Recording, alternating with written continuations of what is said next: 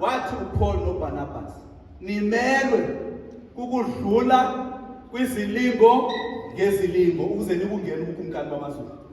Yabona lo qualification emhlungu.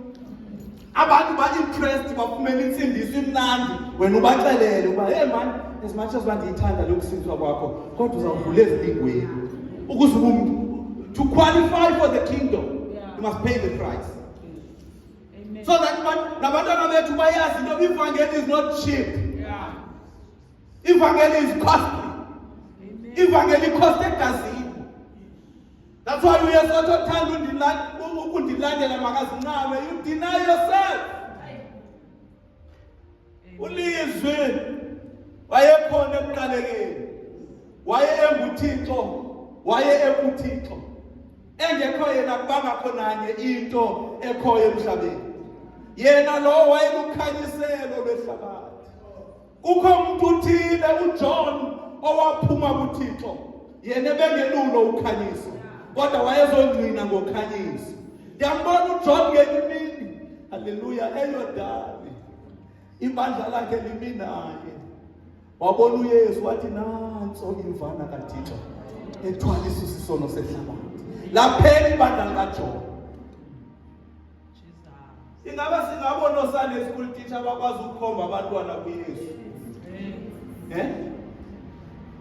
Usebenze into mawuphumukane nabantwana bephumukela kuYesu. Uyazi into ba mhlawumbe mina ndinesidudu kodwa kufanele botya ukutya okuqinileyo. Amen. Ulezwi abayinyama.